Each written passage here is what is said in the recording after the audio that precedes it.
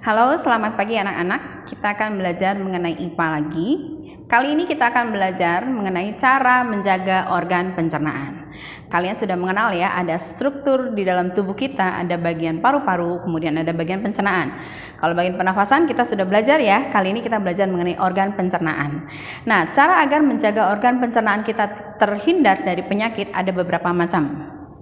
Untuk kita ketahui, Ibu Dea akan bagi menjadi 3 macam ya. Pertama, kita harus makan secara teratur. Makan secara teratur berarti ada jam-jam tertentu bagi kita untuk kita makan.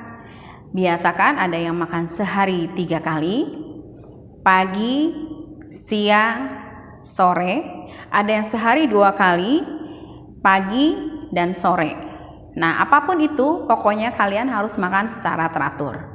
Karena ketika kita makan secara teratur, maka lambung kita tidak akan pernah kosong. Ketika lambung kita kosong, itu yang justru akan bermasalah dalam hidup kita. Maka muncul penyakit-penyakit lain, ya. Nah, yang kedua adalah makan jangan terlalu yang panas atau yang dingin. Karena ketika kita memakan makanan yang terlalu panas atau yang terlalu dingin, maka itu akan merusak struktur gigi kita dan itu akan juga merusak organ pencernaan kita. Kemudian berikutnya, hindari atau kurangi makan makanan yang mengandung gula. Bagi kalian, bagi anak-anak semua pasti suka makanan coklat ya. Tapi kalau kita lihat kadar coklat itu gulanya cukup tinggi. Jadi kurangi. Yang biasanya makannya 1 untuk sendiri, nah 1 itu kita bagi-bagi lagi. Karena itu juga akan mengganggu organ pencernaan kita. Setelah itu, setelah kalian selesai makan, jangan lupa kita harus cuci tangan. Atau sebelum makan pun kita harus cuci tangan. Karena ketika kita cuci tangan, maka semua bakteri dalam tangan kita larut dalam air. Nah, pada saat kita makan, biasakan kita mengunyah makanan dengan terus-menerus. Sampai makanan itu halus. Sehingga itu akan mudah dicerna oleh lambung kita. Lambung kita itu halus ya anak-anak ya. Kemudian kita harus mengkonsumsi banyak makanan yang mengandung serat. Serat ini ada banyak dalam sayur-sayuran, buah-buahan. Nah, itu kelompok yang ke-1. Sekarang kelompok yang kedua. Ketika kita mengunyah makanan, otomatis kita memakai gigi kan? Nah, kita juga harus menjaga kebersihan gigi dan mulut kita. Biasakan kita gosok gigi ya anak-anak ya. Kemudian kumur-kumur. Nah, untuk menjaga adanya makanan yang terselip di mulut kita. Yang berikutnya adalah menjaga kebersihan alat makan. Karena begitu kita makan kan pakai piring tuh. Piring yang kita sudah pakai itu harus dicuci. Kemudian disimpan di rak yang tertutup rapat. Karena kalau ditutup maka bakteri tidak akan masuk ke dalam piring yang kita makan. Dan selanjutnya adalah bahan makanan yang akan kita makan. Misalnya buah-buahan yang langsung kita makan, jangan langsung kita makan tapi dicuci dulu. Misalnya apel, mangga, ya, makanan-makanan yang rentan itu harus kita cuci terlebih dahulu. Kemudian banyak minum air bening atau air putih, ya, air mineral, karena itu akan melarutkan makanan yang ada di dalam tubuh kita. Kemudian yang pasti anak-anak, yang bagian yang ketiga ini yang harus kalian perhatikan adalah makan makanan yang bergizi. Kenapa kita harus makan makanan yang bergizi? Karena di dalam kandungan makanan yang bergizi ini semuanya zat-zat itu dibutuhkan oleh tubuh. Sekali lagi, makanan yang bergizi merupakan makanan yang mengandung zat-zat yang dibutuhkan oleh tubuh kita. Nah, sekarang zat apa aja sih yang harus ada di dalam makanan yang kita makan itu? Ada beberapa zat, di antaranya yaitu karbohidrat, lemak, protein, vitamin, mineral, dan air. Nah, sekarang Ibu akan jelaskan masing-masing fungsinya, ya. Peranan zat-zat tersebut dalam hidup kita adalah, pertama, karbohidrat itu adalah merupakan sumber tenaga utama bagi tubuh kita. Jadi kalau misalnya kalian merasa, oh badannya lemes banget, aduh ya ampun kok kecapean sekali. Nah, itu artinya kalian kurang asupan karbohidrat. Karbohidrat ini didapat dari beras, jagung, gandum, singkong, kentang, ubi, dan sagu. Nah, sekarang lemak. Kenapa kita harus makan makanan yang mengandung lemak? Karena fungsi dari lemak itu adalah sebagai cadangan makanan yang melindungi 5 organ penting di dalam tubuh kita. Ayo, siapa yang bisa menyebutkan 5 organ penting dalam tubuh kita? Betul ya, jawabannya adalah bagian-bagian di dalam tubuh kita yang lunak itu yang harus dilindungi oleh lemak.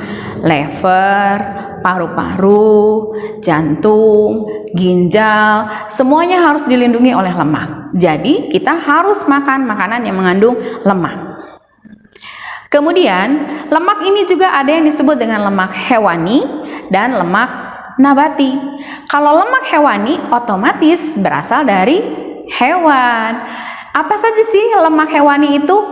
Pertama, telur. Betul, telur adalah makanan kesukaan Ibu Dede ya. Kedua, daging. Ketiga, dari lemak hewani misalnya susu ya, itu berasal dari sapi biasanya. Kemudian ada juga lemak nabati. Apa sih yang termasuk lemak nabati dan kenapa kita harus makan makanan yang dari lemak nabati? Ada banyak makanan yang dari lemak nabati. Salah satu diantaranya adalah kacang hijau ya. Siapa yang suka kacang hijau? Nah, itu adalah lemak nabati. Kemudian protein. Anak-anak, makanan yang mengandung protein ini juga berfungsi sebagai pembangun dalam tubuh kita. Nah, kalian mungkin pernah membayangkan ada orang yang membangun rumah. Tubuh kita juga perlu protein untuk membangun tubuh kita. Ya, kalau misalnya tidak ada protein atau kekurangan protein, maka kita akan menjadi orang yang sering sakit-sakitan. Protein itu juga sama dengan lemak. Ada 2 hal, protein dari hewani dan protein dari nabati. Salah satu dari nabati adalah tahu dan tempe. Siapa suka makan tahu dan tempe? Ibu suka sekali makan tahu dan tempe karena itu mengandung protein nabati ya. Kemudian mineral. Nah, kalian jangan mengesampingkan mineral ini karena mineral ini juga membantu melancarkan semua proses di dalam tubuh. Anak-anak, untuk kita tahu ya, ada 2 jenis mineral yang dibutuhkan oleh tubuh kita. Ada yang banyak dan ada yang sedikit. Yang banyak ini diantaranya adalah kalium, banyak dari pisang ya anak-anak, kalsium, fosfor, magnesium, dan natrium. Itu semuanya diperlukan banyak dalam tubuh kita. Jadi kalau kekurangan pasti terjadi sesuatu di dalam tubuh kita. Kemudian ada juga yang dibutuhkan sedikit di dalam tubuh kita. Misalnya fluor, mangan, zat besi, dan yodium. Itu dibutuhkan sedikit dalam tubuh kita. Tapi meskipun sedikit di dalam tubuh kita dibutuhkan, tetap kita harus mengkonsumsi makanan-makanan yang mengandung zat-zat tersebut. Nah, anak-anak tadi disebutkan ada juga yang disebut dengan air. Anak-anak kalian tahu satu hari kita harus minum berapa liter air? Betul, satu hari minimal atau maksimal kita harus minum 2 liter air. 2 liter air, kalau misalnya kita pakai untuk tubuh kita, maka itu akan melarutkan semua zat-zat makanan yang kita makan pada hari itu. Ya, jadi semuanya dibutuhkan oleh tubuh kita dan diperlukan oleh tubuh kita. Kemudian yang terakhir, ini yang paling utama, yaitu vitamin. Anak-anak tahu fungsinya vitamin? Vitamin adalah untuk pengatur dalam tubuh kita. Kalau misalnya kalian lihat ya, ada sel, semuanya diatur oleh vitamin. Vitamin itu ada 2 jenis anak-anak. Ada vitamin yang larut dalam air dan ada vitamin yang larut dalam lemak. Nah, sekarang vitamin yang larut dalam air adalah vitamin B dan vitamin C. Sedangkan vitamin yang larut dalam lemak adalah vitamin A, D, E, dan K. Tapi sekali lagi, semuanya dibutuhkan oleh tubuh kita. Yang pasti vitamin B dan vitamin C karena dia larut dalam air, kita harus terus-terusan mengkonsumsi vitamin itu dalam tubuh kita. Nah, sekarang anak-anak, sebelum kita lanjut, kalian buka dulu modulnya ya. Oke, kalian tadi sudah mengambil modulnya, sudah membuka modulnya. Nah, sekarang kita akan bahas mengenai vitamin ya anak-anak ya. Vitamin yang tadi kita butuhkan oleh tubuh kita itu ada 6 jenis vitamin. Masih ingat? Ya, vitamin B dan C yang larut dalam air, vitamin A, D, E, K yang larut dalam lemak. Sekarang Ibu akan split masing-masing, akan bagi-bagi masing-masing sesuai dengan vitamin, jenis-jenis vitaminnya ya. Nah, vitamin A adalah vitamin yang banyak terdapat di dalam makanan wortel, tomat, pisang, pepaya. Vitamin ini atau vitamin A ini berguna untuk menjaga kesehatan mata. Salah satu sebab kenapa mata kita sering sakit berarti karena kekurangan vitamin A, dan juga untuk daya tahan tubuh. Kalau kalian sering kali merasa lemes, berarti kalian juga kekurangan vitamin A. Biasanya anak kecil itu sering kali ada imunisasi dan pemasukan asupan makanan yang bergizi dan memasukkan atau memberikan vitamin A. Kemudian vitamin B.